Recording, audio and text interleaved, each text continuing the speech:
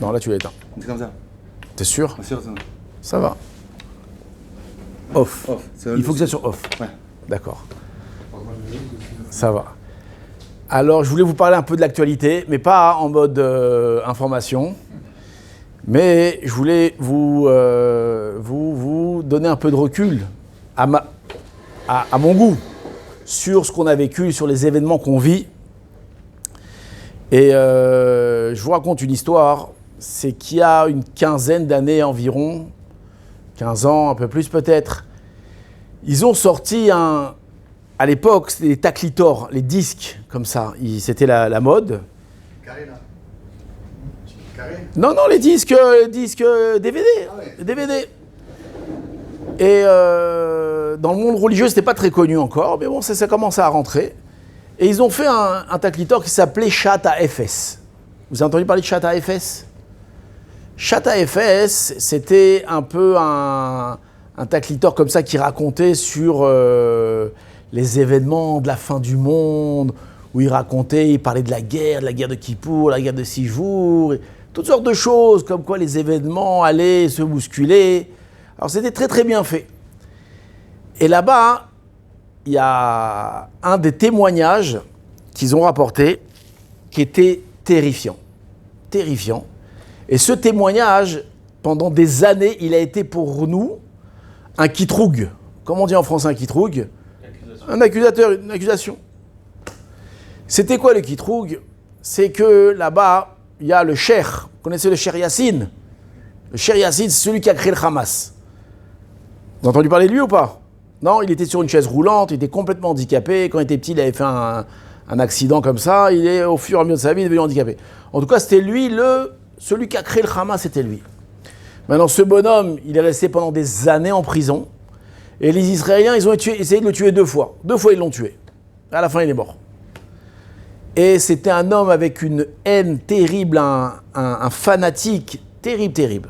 Maintenant, lui, il raconte que quand il était en prison, là, il a ressenti que, ça y est, on pouvait gagner. Comme ça. Quand je dis on pouvait, c'est lui, il pouvait gagner. Pourquoi? Alors peut-être vous connaissez l'histoire. C'est que c'était Pessah et il était en prison. Et là, qu'est-ce qu'il a vu? Il a vu un Israélien en train de manger un sandwich après Pessah. Et là, il l'a vu comme ça. Il lui a dit, dis-moi, comment il s'appelait Israélien? Yossi, il s'appelait tout Israélien, Yossi, ouais. Dis-moi, Yossi, il dit, c'est pas Pessah là que tu manges du pain? Qu'est-ce qu'il lui a répondu, le fameux Soher, le fameux gardien de prison? Il dit, ah, mais ça, c'est des histoires, parce que mes pères, il y a 3000 ans, alors ils ont pas mangé de pain, alors moi, je veux pas manger de pain. Mais c'est des bêtises, c'est des vieux trucs, aujourd'hui, on a passé tout ça. Et lorsqu'il a entendu ça, alors, qu'est-ce qu'il a dit, le cheikh? Il a dit, ah, ça y est, on va pouvoir les avoir. C'est fini. Ils ne sont plus attachés à leur héritage, ils sont plus attachés à leur émouna, c'est fini, on va pouvoir les vaincre. Comme ça, il a dit. Maintenant, cette histoire-là, elle a fait du bruit à l'époque. Et beaucoup de rabbinim l'utilisaient dans des conférences où ils racontaient ça et ils disaient aux gens de se réveiller que, regardez, ils regardent nos faiblesses et ils attendent cette faiblesse-là lorsque le peuple juif va quitter son héritage. Alors, on va se faire bouffer. Et notre force, justement, c'est qu'on est accroché à notre héritage. En tout cas, c'est quelque chose qui a été pendant des années répété. Maintenant, lorsque cette guerre elle a éclaté, en réalité, on a vu, et le kitrouk surtout, il s'est effacé. Cette accusation, elle s'est effacée. Pourquoi? Parce que eux, ils se targuent de prier, d'avoir toujours dans leur bouche le nom de Dieu, d'accord, d'être leurs femmes, elles sont tsnuot, et qu'eux, ils aiment Dieu, et qu'ils se battent pour Dieu, et que eux, vraiment, c'est le bonheur de l'humanité, etc., etc. Mais lorsque ils ont fait ce qu'ils ont fait, le 7 octobre, alors il y en a qui appellent ça le Shabbat Shrora, on n'appelle pas ça comme ça nous, parce que c'est pas kavod pour Shabbat de l'appeler Shrora, on va plus l'appeler comme eux, ils l'appellent le 7 octobre. Quand la guerre a éclaté, alors on a réellement vu qui étaient ces gens-là. Ces gens-là qui appelaient au nom de Dieu, qui se faisaient passer pour des grands religieux, des grands hommes proches de Dieu. On a vu que c'était en réalité, c'était des assassins, c'était des bouchers, c'était des gens qui avaient aucune morale. Aucune morale. Alors c'est vrai que nous, on mange du pain Pessah, mais qu'est-ce que c'est comparé à toutes les horreurs que ces gens ils ont fait? Et là, à ce moment-là, le Kitroug, il est descendu. On a montré pendant ça fait déjà 3 mois, qu'est-ce que c'est le Ham Israël. On a montré combien les Juifs, c'est des gens qui sont herpati, comment ils font attention aux autres, comment ils font attention à leurs soldats, comment ils font attention à leurs civils, etc., etc.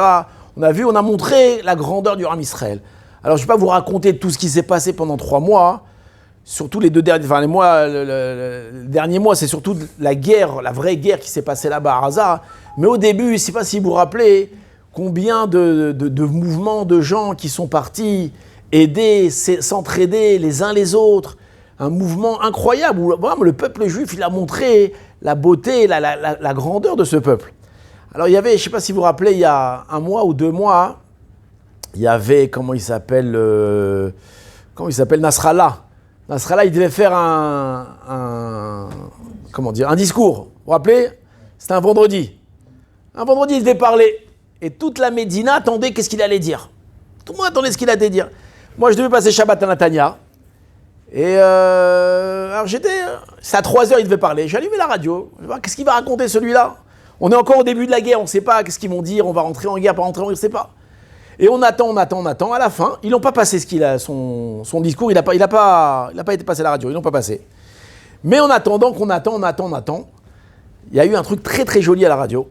C'est que le Chadran, il a dit à la Chadranite, comment on dit en français Chadranite? Le présentateur, il a dit à la présentatrice, ils parlaient ensemble. Et à un moment, il lui dit, qu'est-ce que tu crois qu'il va dire? Qu'est-ce que tu crois qu'il va dire? Et qu'est-ce qu'elle a répondu? Très joli ce qu'elle a dit. Elle a dit, je ne sais pas ce qu'il va dire, mais je sais ce qu'il ne va pas dire. Alors, qu'est-ce qu'il ne va pas dire? Il ne va pas dire que depuis que la guerre elle a éclaté, alors qu'il a réussi à organiser du manger ou à faire la hèche à des centaines de soldats pour les réconforter, qu'il a invité des centaines de familles du nord ou du sud qui n'avaient pas où passer Shabbat, il les a invités chez lui. Il ne va pas pouvoir raconter que dans sa maison, il a organisé le mariage d'un couple qui devait se marier là-bas à Sderot et qu'à cause de la guerre, ils n'ont pas pu se marier. Il ne va pas raconter qu'il a organisé ça dans sa maison. Il ne va pas raconter qu'il y a des dames qui se bagarrent, des femmes juives qui se bagarrent entre elles. Qui sait qui va laver les chaussettes et les caleçons des soldats? D'accord, vous savez, il y a eu des trucs incroyables. Il y a un gmar où les gens, tous les jours, 400 sacs de lessive, ils lavent pour des familles et pour les soldats. Des trucs incroyables. C'est comme ça qu'il dit, ça, c'est sûr, ça, il ne va pas le dire. La seule chose qu'il est capable de dire, c'est quoi? C'est de parler de haine et parler de mauvaises choses, parler de trucs horribles. Il ne pourra jamais se vanter d'appartenir à un peuple comme notre peuple, qui a fait autant de chesed et dans la douleur, combien il s'est entraidé l'un l'autre. Il y a une Mishnah dans les Pirkei Avot qui est très intéressante. Nous dit comme ça. Ouaya Omer. C'est qui parle? C'est Rabbi Akiva. Vous entendez? Chaviv Adam Shenivra Betselem. Cher est l'homme qui a été créé Betselem. C'est quoi Tselem? À l'image. Non, la côte c'est là. Betselem qui a été créé à l'image de Dieu. Riba Yetera, et une preuve d'affection supplémentaire lui a été donnée en lui annonçant, en lui disant qu'il a été créé à l'image de Dieu. Continue la Mishnah, je saute un peu. Chavivin Israël, Shenikru Banim Lamakom, chers sont les Israël qui sont appelés les enfants de Dieu, et etc. D'accord? Alors le début de la Mishnah, qu'est-ce qu'elle dit? Chaviv Adam, cher est l'homme qui a été créé à l'image. C'est qui cet homme-là? C'est un juif ou c'est pas un juif? Vous comprenez ma question ou pas? Quand il y a marqué cher est l'homme qui a été créé à l'image, qui est décrit l'image de Dieu? Que les juifs ou tous les êtres humains? Qu'est-ce que vous dites? Tous les êtres humains. D'où on sait que c'est tous les êtres humains? Il y a marqué Adam. Il y a peut-être Adam. On sait que dans plusieurs endroits, le peuple juif, il est appelé Adam. Mais ici, dans la Mishnah, c'est sûr et certain que Adam, il ne fait pas référence qu'aux Juifs. Pourquoi? Tout simplement. C'est que la Mishnah, la suite de la Mishnah, qu'est-ce qu'elle dit? Chavivin Israël. La Mishnah, après, elle va se concentrer sur Israël. Que Israël, eux, ils ont une particularité que les autres n'ont pas. Donc forcément, la première, c'est qui? Quand on parle de Adam, on parle de tous les hommes. Tous les hommes ont été créés à l'image de Dieu. D'accord? Tous les hommes, juifs ou pas juifs. Maintenant, je vous raconte une histoire. Qu'est-ce que ça signifie que l'homme il a été créé Bethsélem? Il y a environ 90 ans, d'accord, avant la Shoah, là-bas en Lituanie, dans les shivas de Slabodka, il y a un jeune homme qui habitait pas là-bas à Slabodka, il habitait à Varsovie. Et cette année, il a décidé de ne pas rentrer chez lui à Pessah. Il a dit, je vais passer Pessah à la yeshiva. Il est resté à la yeshiva passer Pessah. Maintenant, le soir du Seder, où est-ce qu'il a passé? Il a passé dans des familles à l'époque, comme ça. Alors, la famille où il était, ils ont fini tôt. Et à la fin, il a dit, il est tôt, je vais essayer d'aller chez le Rosh Yeshiva. Je vais voir chez les Rosh Yeshiva, peut-être je pourrais assister encore une partie du Seder chez lui. Il rentre, il va donc chez lui, il tape à la porte, on ouvre la porte, et là-bas, le Rosh Yeshiva, il était assis avec 10 élèves à lui. Et le Rav le voit arriver, il lui fait, viens, assis-toi près de moi. Alors ce personnage-là, c'était le sabbat de Slobodka. Je ne sais pas si ça vous dit quelque chose. C'était un des grands élèves de Rav Israël Salanter. Je ne sais pas si non plus ça vous dit quelque chose. Pourquoi c'est important de préciser qui sont les personnages qui disent les choses? Parce que, en général, pas en général, tout le temps, c'est plus important de savoir qui le dit que qu'est-ce qui est dit.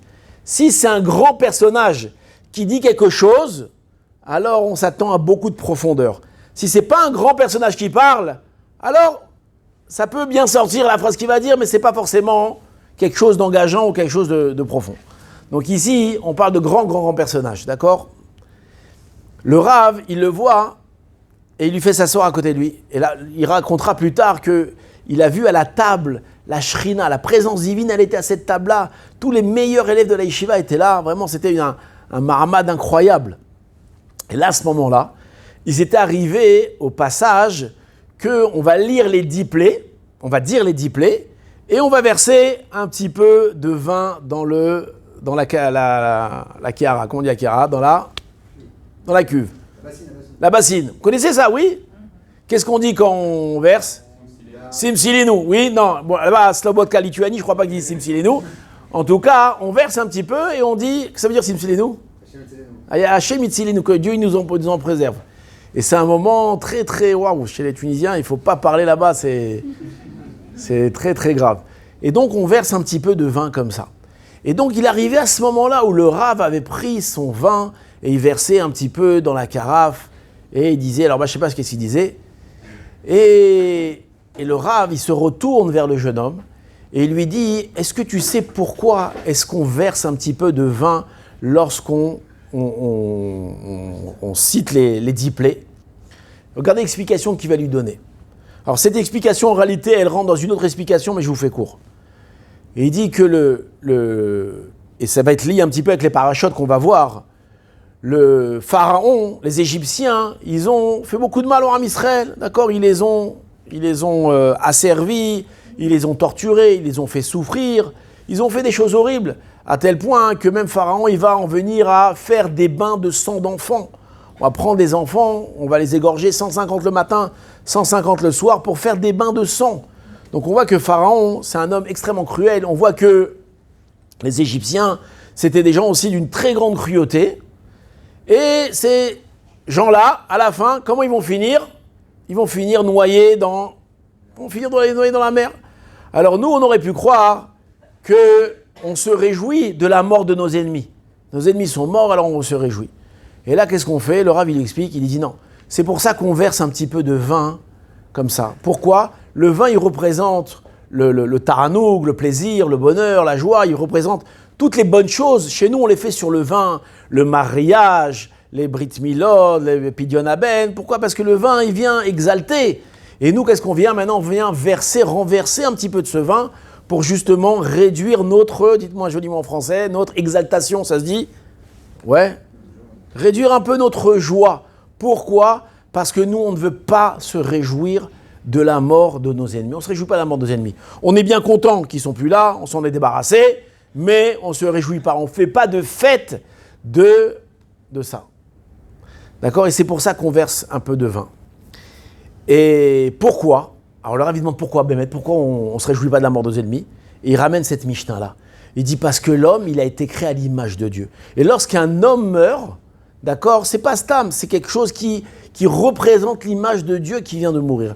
Même s'il n'est pas juif, d'accord, qui que ce soit, il représente l'image de Dieu. Et c'est pour ça qu'on ne doit pas se réjouir quand un homme il meurt. Et donc la soirée c'est fini, et le Rav il se tourne vers le jeune homme et il lui dit demain, un jour tu comprendras la profondeur des paroles que je t'ai dit ce soir. Les années elles sont passées, le Rav a quitté ce monde, la Shoah a éclaté, lui il a réussi à éviter ça, et après la Shoah, il va rencontrer un jeune homme qui a vécu les derniers moments de la yeshiva avec le Mashgiar. Le Mashgiar, c'était le dirigeant spirituel de la yeshiva, qui s'appelle Avram Grozinski. Et lui, il lui dit que la yeshiva, elle avait réussi à se réfugier dans l'hôpital, là-bas à Cracovie, il y avait un hôpital, ils ont réussi à se réfugier là-bas. Les Allemands, qu'est-ce qu'ils ont fait? Ils ont entouré l'hôpital et ils vont décider de mettre le feu à l'hôpital. Ils vont brûler l'hôpital avec tous les gens qu'il y a dedans. Et là, il raconte le bonhomme que le Mashgiar, le Rav, il va se mettre à pleurer. Il va commencer à pleurer. Et là, ils vont lui dire, ah Rav, pourquoi tu pleures? Il dit, tu pleures parce que tu vas mourir maintenant? Il dit, non, je pleure pas parce que je vais mourir. Je pleure parce qu'aujourd'hui, les Allemands, ils vont faire quelque chose qui ne se fait pas. Ils vont faire quelque chose de tellement horrible qu'ils vont descendre l'image de Dieu au ras des pâquerettes. Ils vont faire une chose qui va faire honte à l'humanité. Brûler un hôpital avec les gens qu'il y a dedans, est-ce qu'il y a quelque chose de plus horrible, de plus bas que ça? Et c'est pour ça que je pleure. Et comme ça, le Bachour qui a réussi à se sauver, il raconte à l'autre Bachour, il lui a dit c'est extraordinaire parce que j'ai entendu ça des années avant du sabbat de Slobodka qui disait justement que nous, on ne doit pas se réjouir de la mort des hommes. Et l'homme, il a une place dans la vie, il a besoin d'être un exemple. Et aujourd'hui, il se comporte comme ça, il est en train de descendre l'image de Dieu au ras des pâquerettes. Et c'est ce qui s'est passé le 7 octobre. Le 7 octobre, en vérité, ces gens-là, c'est ce qu'ils ont fait. Ils ont descendu l'image du Dieu au plus bas. Alors si peut-être à l'époque, comme j'ai dit avant, on avait un accusateur sur nous, où on nous disait, regardez, les Juifs ne sont pas bien comportés, mais si vous regardez dans toute l'humanité, ceux qui se sont le mieux comportés et qui continuent à mieux se comporter, c'est qui? C'est leur âme Israël. On voit combien le peuple juif a fait preuve de courage et a fait preuve de bonté, même envers ses ennemis. Et ça, c'est la grandeur du âme Israël, et ça, c'est la fierté qu'on doit avoir. C'est vrai que la guerre, elle est horrible. D'accord, il y a des morts horribles, mais comparé à ce que les autres ont fait ou ce que les autres comment se comportent, on est un peuple exemplaire. On est un peuple exemplaire. Et ça, c'est une grande chose. Et ça, on a réussi à respecter l'image de Dieu. Il y a marqué qu'à la fin des temps, que le Mashiach ne viendra dans une génération où on sera tout kulo zakai ou kulo chayav. On sera ou tous zakai ou tous chayav. Comprenez les mots? Tous coupables ou tous méritants. Est-ce que c'est possible une génération pareille, où tout le monde soit des Rechaim, où tout le monde soit des Tzadikim? Pas possible. Alors qu'est-ce que ça veut dire? Qu'est-ce que Chazal il va expliquer quand ils disent ça? Alors, une des explications, c'est que on doit, vis-à-vis de la population humaine, vis-à-vis de l'humanité, comment nous on va être? Est-ce qu'on va descendre au plus bas ou est-ce qu'au contraire, on va être des gens Zakaïm? Et là, on peut dire que bon, Hachem, le Mashiach, il peut venir, parce qu'on a montré que le peuple juif, il est cool aux Zakaï. Il est cool aux Zakaï. Je vous raconte une histoire. Il y a un personnage qui s'appelait Mendel Bélis. Vous avez entendu parler de lui ou pas? Mendel Bélis, vous ne connaissez pas? Mendel Bélis, Ils en ont fait un film même. Ils en ont fait un film. Bon, toute une histoire avec le film qu'ils ont fait. C'était qui Mendel Bélis à l'époque du Tsar, d'accord, il y a environ, combien aujourd'hui, 120, 130 ans, là-bas dans la Russie. Alors le Tsar, il commençait à perdre un peu de vitesse. Il commençait à perdre un peu de son contrôle sur le peuple. Alors il y avait tous les bolcheviks, tous ces gens-là, ils commençaient à prendre une place très importante en Russie. Et donc, qu'est-ce qu'il a voulu faire le Tsar? Il a voulu détourner la colère du peuple. Il a voulu calmer un petit peu. Alors, qu'est-ce qu'il a fait? Quand on a un petit problème dans le peuple, qu'est-ce qu'on fait? Qui on accuse? Les Juifs. Oh, les Juifs. Qu'est-ce qui va se passer dans certain village? Il va y avoir un petit enfant chrétien on va retrouver mort. On va retrouver un petit enfant chrétien mort. Et plus tard, on saura c'est qui? C'était l'amant d'une dame qui a tué son fils. Une dame, elle avait un fils, elle avait un amant. Cet amant-là, il a tué son fils, il l'a balancé dans un champ comme ça. Ils l'ont retrouvé, et là, les autorités vont utiliser ce meurtre-là comme prétexte. Pourquoi? Pour accuser les Juifs de quoi? Dites-le, non? Meurtre rituel. D'accord? Pendant des centaines d'années, les goïms accusaient les Juifs de prendre le sang des enfants chrétiens pour faire les matzot. D'accord? Alors ils disent qu'on met du sang dans les matzot. Et cette accusation, elle a duré pendant des centaines d'années. Et donc là, on a trouvé un petit enfant chrétien mort. Et bien super, on va l'utiliser pour accuser les Juifs. Et comme ça, on va monter une grande colère populaire. Et ça va calmer, le tsar va pouvoir avoir un peu de répit. Le problème, c'est que dans la ville, dans le village où c'était, là-bas, on va chercher un Juif. Et on ne va pas trouver de Juifs, il n'y a pas de Juifs. Il n'y a pas de Juifs. Donc comment on peut accuser les Juifs? Ils vont dire, mais cherchez bien, vous avez bien en trouvé un. Et à la fin, ils ont trouvé un. Ils ont trouvé un qui était directeur d'une usine, il s'appelait Mendel Bélis. Ils vont le prendre et ils vont l'accuser de meurtre rituel.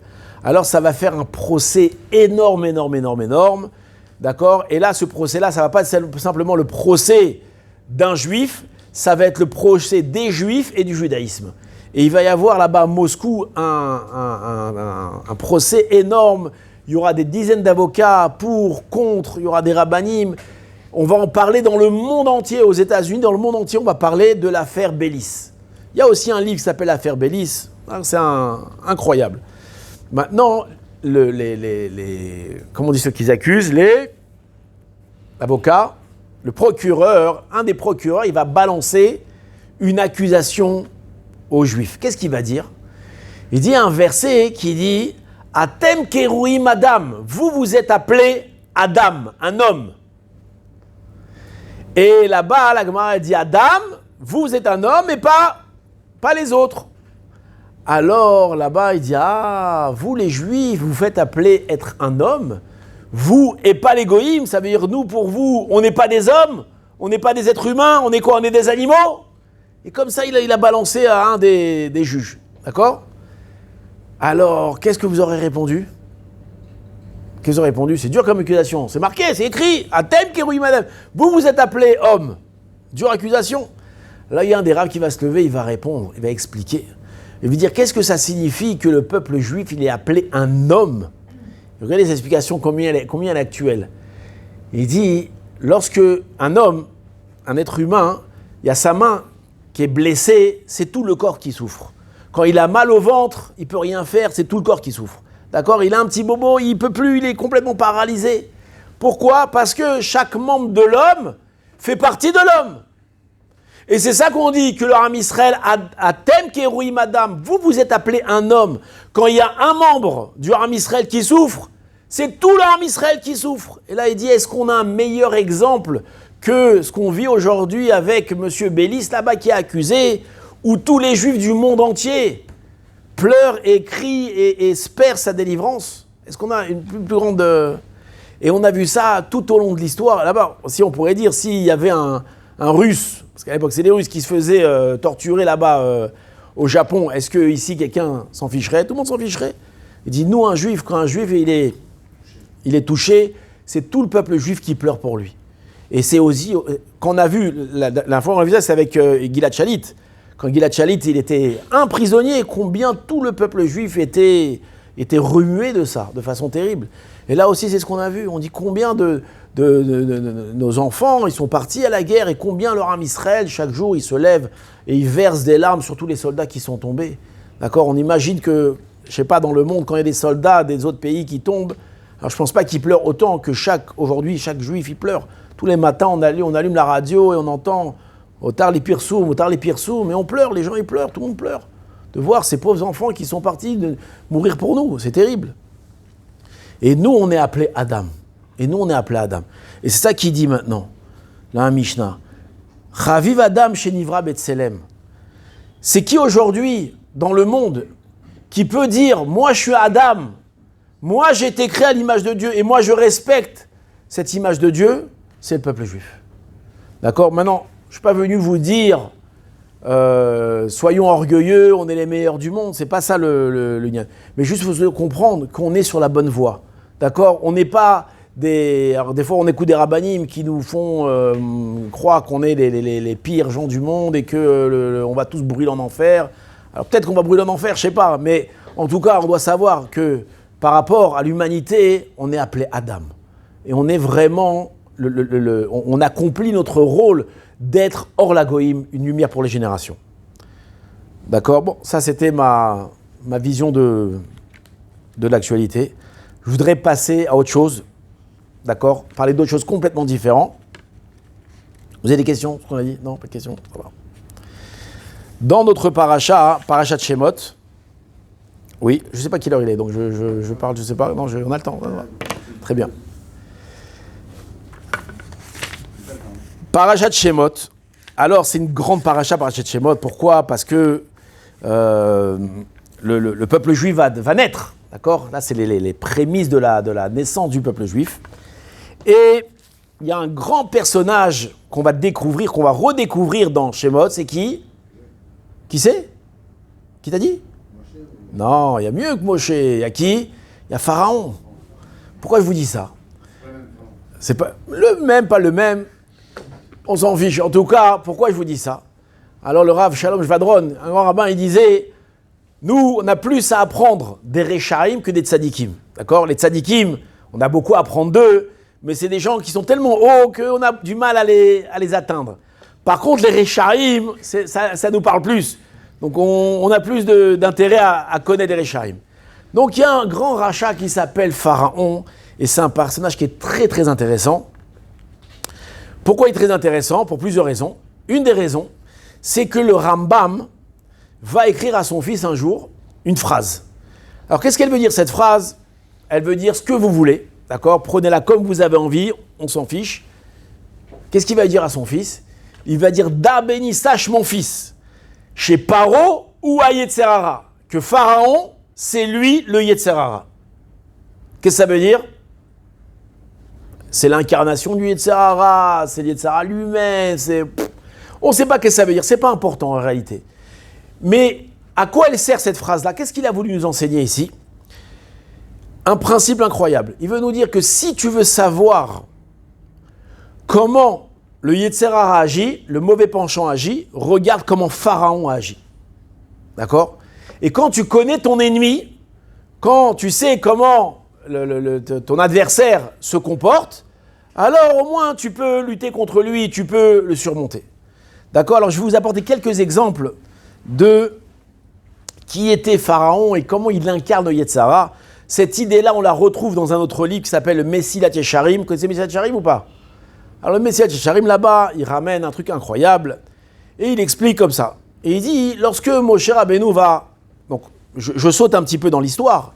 Lorsque Moshe va arriver chez Pharaon et il va lui dire la fameuse phrase, comment on le dit ? Laisse partir mon peuple, let my people go, laisse partir mon peuple. Alors Pharaon, il va commencer à négocier, non, oui, non, non. Et à la fin, qu'est-ce qu'il va faire ? Il va refuser, d'accord ? Et qu'est-ce qu'il va dire ?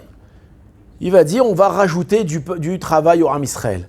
Si à l'époque, pour fabriquer les briques, alors on leur fournissait la paille, là, pour fabriquer des briques, il fallait de la paille, et bien aujourd'hui, ils vont fabriquer les briques sans qu'on leur donne de paille. Alors je dis, mais comment on va faire ? Il dit, vous allez qu'à le matin, vous levez plus tôt, allez dans les champs et allez récolter la paille. Le Messie Jéchaï pose la question, il dit, mais quel rapport entre ça et ça? Qu'est-ce que Pharaon, il a vu Moshe venir, lui demander, laisse partir mon peuple, qu'est-ce qu'il fait? Il leur ajoute du travail. Quel rapport entre les deux? Alors il explique tout simplement. Il dit que le Yetzer Hara, une des façons de t'attaquer, de te frapper, c'est de t'empêcher de réfléchir, de t'empêcher d'avoir du temps. D'accord? Lorsqu'un homme, il est seul avec lui-même, d'accord? Alors qu'est-ce qu'il fait? Il réfléchit, il pense à sa condition, et pourquoi on vit, et pourquoi on meurt, et pourquoi on se pose des questions.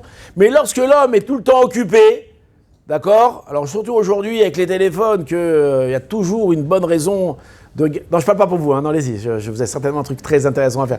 Mais tout le temps avec son téléphone, et surtout quand il y a les plus grands cerveaux du monde qui travaillent, comment voler encore 5 secondes et 10 secondes et 20 secondes à quelqu'un avec le téléphone. Aujourd'hui, le Yetzer Hara, il a une emprise sur nous qui est incroyable. Les gens ne réfléchissent plus. Tout à l'heure dans la discussion, j'ai dit, à Yoshua, qu'il n'y a plus de Baal Tchouva. Vous avez déjà entendu ça? Il n'y a plus de Baal Tchouva. C'est un Baal Tchouva. Moi, j'ai grandi dans une yeshiva de Baal Tchouva. C'est quoi un Baal Tchouva? C'est un type illuminé qui arrive, qui est complètement fou et qui est un fou de Dieu. Il veut se rapprocher, il aime, il a envie de... Il dit aujourd'hui, on n'en trouve plus des comme ça. On n'a plus des comme ça. Et il dit les seuls élèves qu'on trouve à la yeshiva, c'est des gens qui veulent faire 1 an après le bac, qui viennent à la yeshiva. Et même avec eux, le niveau, il est très, très, très, très bas. On a beaucoup de mal avec eux, très difficile de se rapprocher. Et vous allez me demander pourquoi. Alors écoutez l'histoire. Enfin, l'histoire, c'est pas une histoire, mais... Quand j'ai vendu ma maison, il y a quelques années, j'étais chez l'avocat. Je l'ai vendu à un Américain, la maison. Et le bonhomme, il me demande... Hein? Ouais, après j'ai acheté une autre, mais bon, Et l'Américain, il me demande... Alors, cet Américain, c'est un type très très bien. Il a construit des mikvés, il a construit des Beth Knesset. C'est un bonhomme très très actif, la communauté américaine. Et on parle, il me dit, qu'est-ce que tu fais dans la vie? Moi, il me demande. Je lui dis, moi, j'enseigne dans une yeshiva de Baalei Tchouva. Qu'est-ce qu'il me dit? Une yeshiva de Baalei Tchouva? Incroyable. Quoi, des Français? Je fais, ouais. Il me dit, pourquoi il y a des Baalei Tchouva français? Je lui dis, ouais. Ça, à l'époque, je n'avais pas encore vu, mais lui m'a ouvert les yeux. Il m'a dit, incroyable, je suis content de l'entendre. Je lui dis, pourquoi en Amérique, il n'y a pas de Baalei Tchouva? Il m'a dit, non, il n'y a plus, c'est fini, il n'y a plus. Je dis, comment il n'y a plus? Qu'est-ce que tu racontes? Mais si, il y a encore des... Et il m'a cité 3 noms d'yeshivot de Baalei Tchouva qui ont fermé aux États-Unis. Esh HaTorah, Or Sameach, Neve Yerushalayim, qui est à Jérusalem ici. Il m'a dit 3 grands yeshivot où il y avait des centaines de Baalei Tchouva, elles ont fermé. Il m'a sorti des noms de yeshivot aux États-Unis qui ont fermé aussi. Je dis, mais comment c'est possible? Il dit, aujourd'hui, aux États-Unis, il n'y a plus de Baalei Tchouva. Et il m'a dit ce que le Rav Steinman, à l'époque, il avait dit. Quand il y a eu le mouvement de la tchouva qui a commencé à s'élever, il a dit, ne croyez pas, ça aussi, ça peut s'arrêter. Ça aussi, ça peut s'arrêter. Maintenant, nous, quand on a vu cet élan-là de tchouva, on s'est dit, comment ça va s'arrêter? Au contraire, les gens sont intéressés. Et lui, qu'est-ce qu'il m'a dit ça? Maintenant, il m'a dit ça il y a 8 ans, 9 ans. Qu'est-ce qu'il m'a dit? Il m'a dit, aujourd'hui, quand tu vas donner une conférence à des gens, quand tu vas parler, plus personne t'écoute. Et les gens, ils sont tous avec leur téléphone, ils sont tous branchés sur leur truc. Tu n'arrives pas à leur donner des messages. Les seuls messages qu'on arrive à leur donner, c'est des messages en télégraphe. C'est-à-dire que c'est des petits trucs. Et plus que ça, nous on a vu, le Rav, il faisait des vidéos. Alors au début, c'est des vidéos de 1 heure, après c'est 40 minutes, après 20 minutes. Vous savez, dans YouTube, on arrive à voir comment ça s'appelle? C'est un nom, ces trucs-là. La courbe, comment ça s'appelle? Rétonance, résidence, un nom comme ça, où tu arrives à voir où les gens, ils lâchent. Et c'est incroyable. Les gens ne sont plus concentrés. Et pourquoi? Parce que le Yetzer, il les a attrapés. Comment il les a attrapés? Les gens n'ont plus de temps. Ils n'ont plus de temps pour réfléchir. Ils n'ont plus de temps à donner à leur construction. Il y a tellement de choses à voir. J'ai tellement de messages. J'ai tellement de groupes. Et j'ai tellement de vidéos TikTok. Voir des bonhommes à montrer leur ventre et bouger comme ça. Vous la connaissez celle-là ou pas? Elle est terrible, c'est un laït, des milliards de vues ils ont vu. Et malheureusement, ça a touché beaucoup le monde de la tchouva, ça a touché beaucoup les jeunes. Vous allez me dire, Baruch Hashem, il y a beaucoup de Torah aujourd'hui sur Internet. C'est vrai qu'il y a beaucoup, mais il n'y a pas de qualité. C'est que du fast-food. Que du fast-food. Et c'est très triste. Et ça, c'est quoi? Ça, c'est Pharaon. Vole-leur leur temps. Vole-leur leur temps. Et c'est ce qu'il fait. Ah, vous avez eu le temps de penser à la liberté? Oh là là, vous avez eu le temps de réfléchir, vous allez, rachète du travail. Donc ça, c'est un des ça du Yetzer. Comment concrètement on doit sortir de ça? Tout simplement, sur votre téléphone, il y a un bouton ici, vous voyez, vous appuyez, vous l'éteignez. Et au moins, vous êtes tranquille pendant un certain temps. Et il ne faut pas avoir peur d'éteindre son téléphone. Les gens ne veulent pas éteindre leur téléphone parce qu'ils croient qu'ils vont rater quelque chose.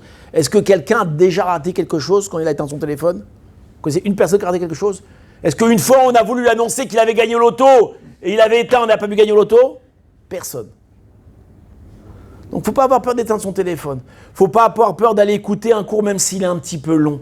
D'accord? De s'investir. Il ne faut pas avoir peur de prendre un livre, même s'il n'y a pas d'image dedans. De prendre un livre. Je plaisante. Mais de prendre un livre et de s'investir et de travailler. D'accord? On a d'autres choses à faire, c'est vrai. Il y a les WhatsApp, le machin, mais c'est pas irouti tout ça. Vous regardez ce temps qu'on laisse sur nos téléphones, il n'est pas irouti. C'est que bidon, c'est nul. Regardez des vidéos TikTok, mais est-ce qu'il y a plus bête que ça dans le monde, dans la vie? Est-ce qu'il y a plus bête que ça? C'est terrible. Vous savez qui c'est qui a compris ça? C'est les Chinois. Vous savez qu'en Chine, 80% du tochen de TikTok est interdit. D'accord? Ils veulent abrutir l'Occident. Eux, non, ils n'ont que les trucs, comment faire des trucs intelligents. D'accord, donc ça, c'est la première chose qu'on voit par rapport à Pharaon, il nous vole du temps. La deuxième, alors il y en a plein en vérité, je ne vais pas tous vous les dire, c'est qu'on va voir qu'il va jeter Pharaon, qu'est-ce qu'il va dire? On va prendre les enfants et on va faire quoi? On va les jeter dans le Nil. C'est quoi le Nil? Alors, profondément, je ne vais pas rentrer dans tous les détails, le Maharal, il explique c'est quoi l'union du Nil, c'est quoi la différence entre l'Égypte et Eretz Israël. Vous savez qu'en Eretz Israël, il n'y a pas de Nil. On n'a pas, nous, le fleuve comme le Nil. Le Nil, c'est un fleuve énorme qui avait une grande abondance. Cette abondance-là, elle venait de la terre. Nous, notre abondance à nous, elle ne vient pas du Nil. Elle vient quoi? Elle vient de la pluie. C'est quoi la différence entre les deux? C'est que nous, on a toujours les yeux rivés vers le ciel en espérant Hachem fait tomber la pluie. Et on voit combien est-ce que la prière de la pluie, elle est importante. On voit qu'à l'époque, on faisait des jeûnes pour ça. La pluie, c'était quelque chose que... Et ça tombe du ciel, la pluie. Eux, les Égyptiens, ils n'avaient pas ce problème de pluie. Pourquoi? Leur parnassa, elle était à la même le sol. Ils se baissaient, ils ramassaient de l'eau. Ils se baissaient, ils ramassaient des poissons. Maintenant, on voit que donc le Nil, c'est quoi? C'est le principe, c'est la parnassa. C'est la parnassa. Et donc, qu'est-ce qu'il va faire? C'est la parnassa et c'est aussi l'abondance. Et donc, qu'est-ce qu'il va faire Pharaon? Il va dire, prenez les enfants et jetez-les où ça?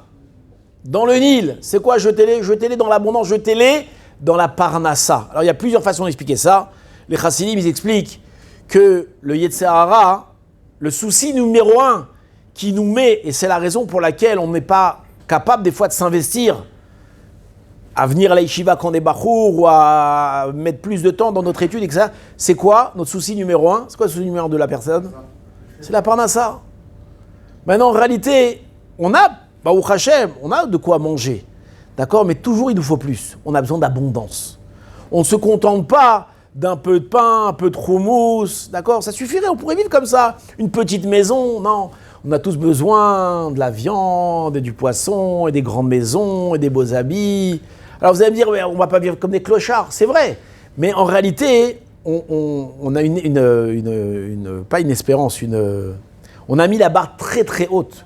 Et ça, c'est quoi? C'est Yetzer Hara, c'est pur Yetzer Hara, qui veut absolument te balancer dans l'abondance, d'accord? Il veut te pousser à l'abondance. Et ça, c'est une chose qui nous fait perdre notre temps énormément. Et vous verrez qu'après 20, 30, vous n'êtes pas d'accord? Non, vous n'êtes pas obligé d'être d'accord. Hein. Pourquoi vous n'êtes pas d'accord? L'ambition, d'accord. Vous avez maintenant 75 ans. Vous avez construit 3 startups, vous pesez 20 milliards de dollars. Vous avez reçu toutes vos ambitions. Quand vous regardez derrière vous, vous avez fait quoi? Pas vous, Bezrat Hashem, vous avez fait beaucoup. Il y a beaucoup de gens qui se retournent et qui ont vu qu'ils n'ont rien fait de leur vie. Qu'ils n'ont rien fait de leur vie. Bon, je ne vais pas le dire parce qu'on est enregistré, mais peux vous raconter des histoires de gens qui sont retournés, qui n'ont rien fait. Ambition, ambition, ambition, ils n'ont rien fait de leur vie.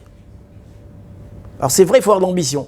Et l'ambition, c'est un moteur, et c'est important, c'est bien. Mais combien je dois investir dans ça?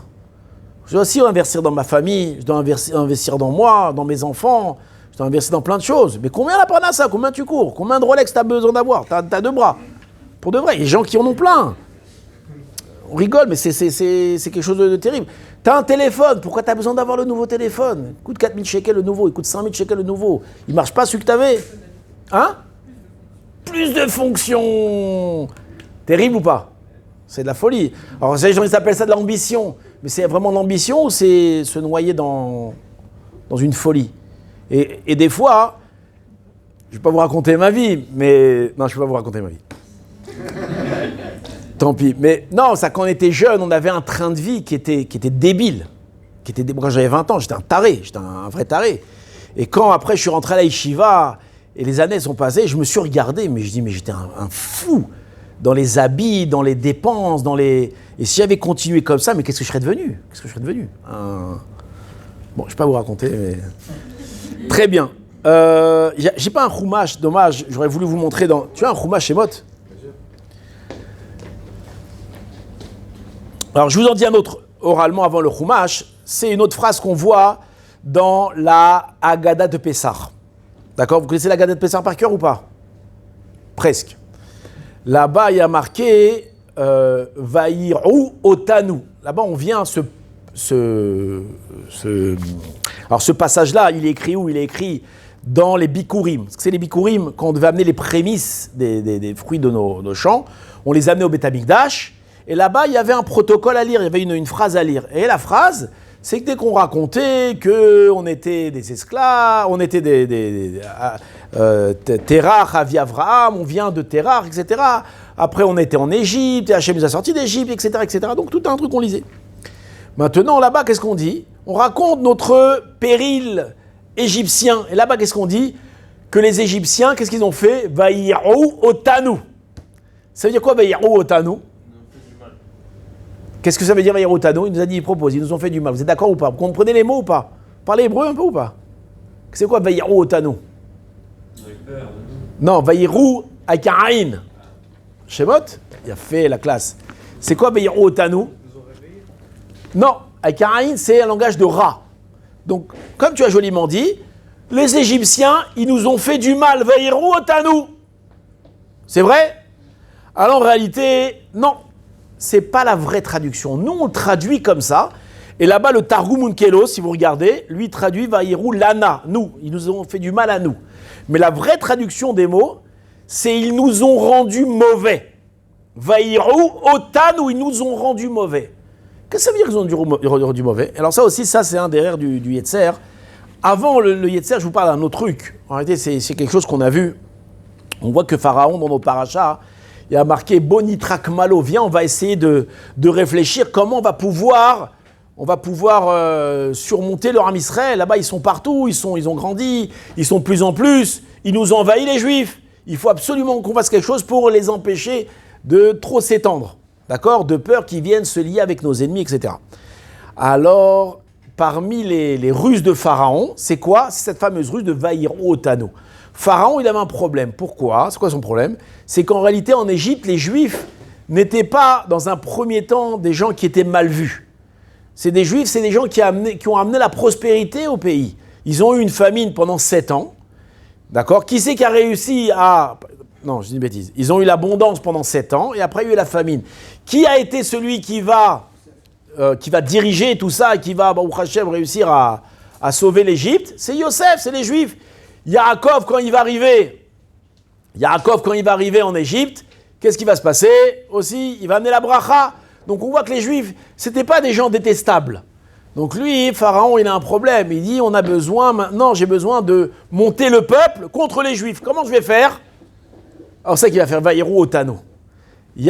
On a vu ça il y a 75 ans, il y a 80 ans. C'est ce qu'on appelle la propagande. La propagande. C'est quoi la propagande?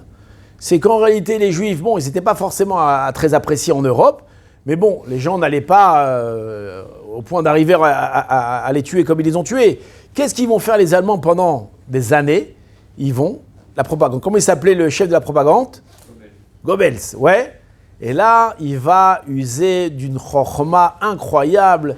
Combien ils vont essayer d'exploiter la moindre petite chose pour monter le peuple allemand contre les Juifs. À tel point qu'à la fin, ces gens-là, qui étaient des gens soi-disant civilisés, ils vont venir à rentrer des gens dans la chambre à gaz. Comment des gens qui étaient aussi intelligents, aussi civilisés, ils sont venus à faire des choses pareilles? Tout simplement, la propagande. Vous avez déjà été à Yad Vashem? Certainement, ouais. Quand vous rentrez à Yad Vashem, alors déjà, au tout début, on voit, il y a tout le lien de la propagande. Et il y a les musées. Vous avez vu les musées? Incroyable. Là-bas, il y a toutes sortes d'instruments. On vient mesurer le nez du juif. On vient mesurer les oreilles du juif. Et là-bas, ils ont fait des grandes expositions.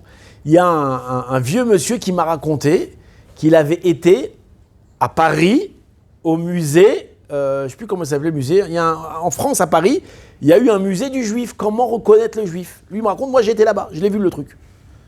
Ça, il y avait un musée comme ça. Et là-bas, on te montre que les juifs, ils ont des oreilles comme ça, ils ont des nez comme ça, leur crâne, il est comme ci, toutes sortes de théories. Donc les gens, quand ils allaient voir ça, ils disaient, ah, les juifs, donc c'est des êtres différents. Donc la propagande. Il y a aussi un truc intéressant, quand vous êtes à Yad Vashem, sur le côté gauche, dans le couloir, il y a une radio. Vous l'avez vu cette radio ou pas? Ça vous dit quelque chose? Une radio en bois, une belle radio en bois. C'est quoi cette radio?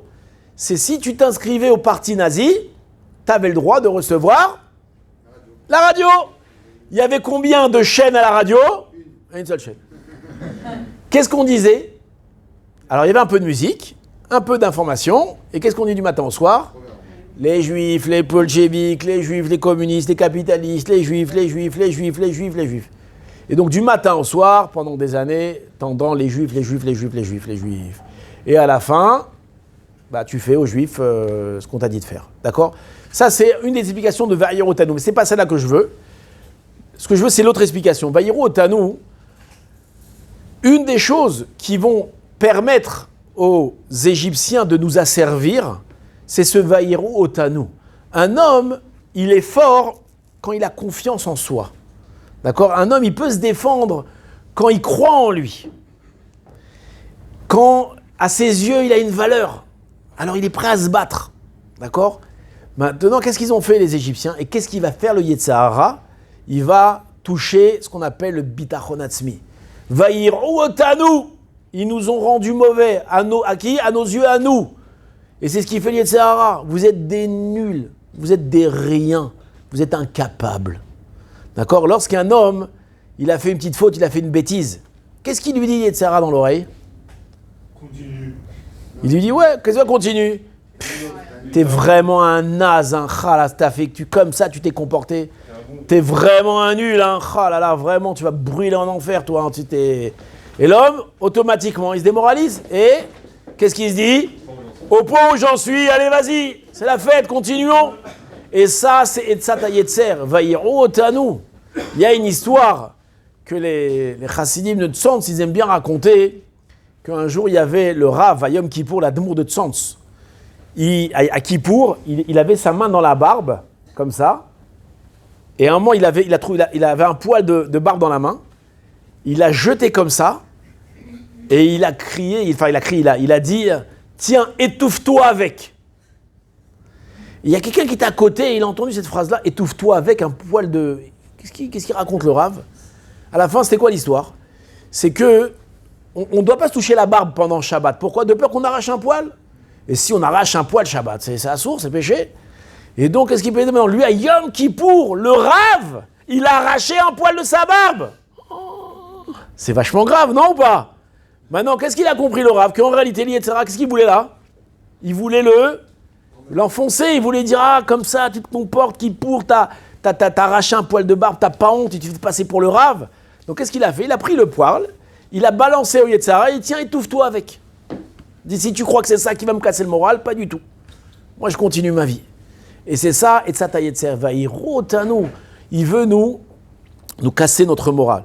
Il y a un qui s'appelle le docteur, comment il s'appelle? Viktor Frankl. Vous avez entendu parler de Viktor Frankl? C'est un des grands, je ne sais pas si on lit les psychothérapeutes, lui, qu'est-ce qu'il était exactement? Il a écrit ce qu'on appelle la logothérapie. Lui, c'est un homme qui a traversé les camps. Il a toute sa théorie, il a développé Mamash à Auschwitz, en plein Auschwitz. Et c'était un monsieur très bien, et il a aidé beaucoup de gens à s'en sortir. Et lui, il a sorti la théorie que lorsqu'un homme, il a un but dans la vie, d'accord, quand il a une ambition dans la vie, alors ça qui va lui donner, va lui permettre de vivre. Et comme ça, il a sauvé des gens. Il a remonté le moral des gens. Pourquoi ? Les gens qui étaient dans les camps, qu'est-ce qu'ils disaient ? J'ai tout perdu. J'ai plus de famille, j'ai plus de travail, j'ai plus de patrie, j'ai plus rien du tout. Même la patrie, l'Allemagne que j'aimais, elle m'a trahi, j'ai plus rien. À quoi ça sert que je vis ? Et comme ça, les gens, ils se laissaient vivre, ils se laissaient mourir. Et lui, au contraire, qu'est-ce qu'il a fait ? Il est venu, il leur a remonté le moral. Et c'est exactement ça, Vaïr Otanu. C'est très important d'être optimiste et de garder le moral. D'accord ? Quand on parle de juger quelqu'un, les kafsrout. D'accord ? C'est quoi juger les kafsrout ? C'est arrête de regarder la face mauvaise de la chose. Parce que tu le veuilles ou non, ça va t'influencer. D'accord ? C'est mieux de voir les gens souriants que les gens, comment il dit le proverbe polonais, il m'a sorti un proverbe polonais, quand tu... Oh, un proverbe polonais très, très joli, l'homéchané. En polonais ? En langue polonaise ? Il va dire en hébreu, mais par rapport à ça, par rapport à l'optimisme. Et c'est très important de garder le moral, de ne pas faire des choses qui nous cassent le moral. Il y a une des choses que les rabbins ont beaucoup parlé, c'est toutes les images qu'ils ont montrées. D'accord ? Je sais pas, vous avez vu des images de tout ce qui s'est passé cet automne, des trucs horribles. Mais il ne faut pas regarder ça. Il faut pas regarder ça. Alors il m'a dit, oui, mais la solidarité. Mais quelle solidarité ? C'est pour que tu deviennes comme eux, pour que tu veux quoi ? Mourir toi aussi comme eux ? Au contraire, on n'a pas besoin de regarder ça. On sait ce qui s'est passé. On ne doit pas regarder des choses qui vont nous casser le moral. On doit toujours avoir le moral haut, et surtout, Bezrat Hashem, quand on va se marier et qu'on va être mère ou père de famille, on a besoin d'être quelqu'un qui est mobile, pas comme ça qu'il a fait la tête, la rasera. Et ça, c'est Etzat HaYetzer. Et combien de gens on a perdu à cause de ça, de ce Vaïrou Otanu. Il nous fait voir les choses mauvaises. Il y a la pizza maintenant ou je continue encore un peu ? 5 minutes. Non, je veux pas non plus les gens, ils font fatiguer les gens. Ils ont faim surtout. Regardez, je vous en dis un autre rapidement, un autre Etzat HaYetzer. Lorsque Moshe va venir devant Pharaon, et il va lui dire, laisse partir mon peuple, d'accord ? Et qu'est-ce qu'il va lui dire ? Hachem, il a dit, c'est Hachem qui m'envoie. Qu'est-ce que Pharaon, il va lui répondre ? Qui c'est Dieu ? Je connais pas Dieu. Je connais pas Dieu, il va renier, je connais pas Dieu. La question qu'on pose, en fait, je vous mets un piège, je vous la pose mal la question, mais c'est fait exprès. Comment toi, Pharaon, tu renies Dieu, tu connais pas Dieu, toi tu dis, c'est qui Dieu ? Il faut que je vous retrouve le pasouk. Mais pourtant, on a vu, avant, quand tu étais avec Yaakov, quand tu étais avec Yosef, tu as reconnu Dieu. Quand Yosef, il a dévoilé tes rêves, tu as dit, est-ce qu'il y a un homme plus grand que toi, que Dieu a mis en lui la sagesse ? Donc on voit que oui, qu'il connaît Dieu. Alors quand Moshe Rabbeinu, il vient, il dit, laisse partir mon peuple, parce que Dieu, il a demandé, qu'est-ce que tu dis, qui c'est Dieu, que tu ne connais pas ? Vous comprenez la question ou pas ? Alors il connaît Dieu, il ne connaît pas Dieu, Pharaon. C'est un piège, la question. Pourquoi c'est un piège ? Parce qu'en réalité, qu'est-ce qu'il va dire Moshe à Pharaon ? Il va dire Hachem. Il va pas dire quoi Hachem ? Yudke Vavke. Hachem, Yudke Vavke. Pharaon, lui, quand il parle de Dieu, il parle de Elohim. Et c'est ça qu'il dit à Moshe Rabbeinu. Elohim, je connais. Hachem Yudke Vavke, je connais pas. Et c'est sur ça qu'il renie. Maintenant, ici, on a des grandes ruses du Yetzer Hara. Qu'est-ce qu'il est en train de dire Pharaon ? Qu'est-ce qu'il est en train de dire Yetzer Hara ? Écoute mon ami, tu crois en Elohim ? Il n'y a aucun problème. Crois en Elohim, sers Elohim tant que tu veux. Vas-y. Mais Hachem Yudke Vavke, non, ça t'approche pas. C'est quoi la différence ? Alors, sans entrer dans des notions compliquées, Elohim, c'est l'expression de Dieu à travers la nature. D'accord ? Quand on dit le mot Elohim, on doit avoir une kavana. C'est quoi ? C'est Bala Yecholet. C'est Akadosh Baruch Hu, c'est le maître des forces. D'ailleurs, si à chaque fois nous on dit que Hachem Echad, Hachem Echad, Hachem Echad, pourquoi est-ce que Elohim il est au pluriel ? Pourquoi Elohim il est au pluriel, il devrait être au singulier ? Qu'est-ce que ça signifie ? Non. Que Elohim c'est quoi ? C'est le maître de toutes les forces dans le monde, il y a l'expression de beaucoup de forces. Le feu, le vent, toutes ces choses-là, ce sont des forces divines qui sont dirigées par Dieu. D'accord? Et c'est pour ça qu'on les met au pluriel. C'est l'expression de Dieu à travers la nature. C'est comme un ventilateur, il souffle, mais si tu débranches, il souffle plus. Oui? Donc c'est quoi il est branché à quoi? Il est branché à Hachem, et qui à travers le ventilateur va faire souffler du vent, d'accord? Qui est une des forces, c'est Elohim. Donc Elohim, c'est quoi? C'est l'expression de Dieu à travers la nature. Maintenant, c'est ce qu'il dit l'Yetzirah. L'Yetzirah, il dit, si tu veux être un homme qui vit, qui croit en Dieu à travers la nature, il n'y a aucun problème. C'est quoi la différence entre quelqu'un qui croit en Dieu dans la nature et quelqu'un qui croit en Dieu au-dessus de la nature? C'est que toutes ces péroulottes, toutes ces actions, il va les faire dans la nature. Quelqu'un, il a mal à la tête, qu'est-ce qu'il fait? Il prend un acamol. Il a encore mal, qu'est-ce qu'il fait? Il prend un ibuprofène. Il a encore mal, qu'est-ce qu'il fait? Optalgine. Il a encore mal, il va voir le docteur. Qu'est-ce qu'il a encore mal, qu'est-ce qu'il fait? Il fait un scanner de la tête. Oui? Et à la fin, il va à la synagogue, il allume des bougies. Oui ou non? C'est ça ou pas? Mais en réalité, c'est faux, c'est pas ça. C'est que si tu es un croyant, d'abord tu dois allumer les bougies, tu dois dire un télim, et après tu fais jtalo, tu prends un cachet. Qu'est-ce qu'il te dit, Yetzirah? Il dit non, laisse tomber les bougies, laisse tomber télim, ça marche pas. Toi, tu dois vivre à travers la nature. T'as mal à la tête? Prends un cachet. C'est la nature, c'est comme ça que la vie elle marche. Tu as besoin de parnassa, il faut aller travailler. Quoi? Aller étudier. Comment tu vas manger? Tu peux pas. Alors le soir, tu écouteras une petite vidéo sur TikTok, un rabbin qui raconte une bêtise. Ça suffit, c'est bien, ça suffit. Ça veut dire, sois religieux, mais sois religieux à travers la nature. Ne dépasse pas cette nature-là. Ne sois pas quelqu'un qui est au-dessus de la nature. C'est quoi au-dessus de la nature? Qui est dépendant de la nature. Comprenez ou pas? Et ça, c'est Etzat Yetzer. Le Yetzirah, il ne nous pousse pas forcément à ne pas manger kasher, à ne pas faire Shabbat. Il va faire Shabbat, mange kasher, va à la tfila, fais tout ce que tu veux. Mais ce que je veux, c'est décolle pas. Ne décolle pas, vis dans la vie, une vie avec Elohim, juste une vie naturelle, normale, tout normal. Viens pas faire des choses qui sont au-dessus de la nature. Viens pas avoir Yud Kevavke, le nom de Dieu, Hachem, c'est la Hashgacha, c'est la providence. C'est de se détacher de la matière et de se mettre dans les mains de Dieu. Ça, l'Yetzirah, il ne te laisse pas. Et vous remarquerez que très souvent, on peut être quelqu'un de très religieux. Moi, le premier, je ne rends pas mieux. On fait des choses, mais on est complètement païen dans nos actes. Oui, on est complètement païen. Un mec qui a mal à la tête, la première chose qu'il fait, c'est vite un cachet. Mais pourquoi? C'est qui t'a envoyé le mal à la tête? C'est pas que je m'en coupe dans la tête. Pourquoi tu fais pas un télim? Ah, ça marche pas. Ah, ça marche pas. Ah ben, elle est belle ta kippa, toi. Ça marche pas. Ah, pourquoi t'as une kippa sur la tête? Alors au moins, même si tu n'arrives pas à le croire, au moins fais-le. Mais Hachem bien normalement, tu y croiras. Mais en tout cas, ça, le Etzat Yetzer, c'est qu'il te demande de ne pas décoller. Bon, il y a encore beaucoup de choses à raconter. À l'occasion, merci beaucoup de m'avoir écouté. Dieu vous bénisse. Voilà. Tu étais à la vidéo là, machin, c'est fini. Ceux qui ont des questions, ils peuvent.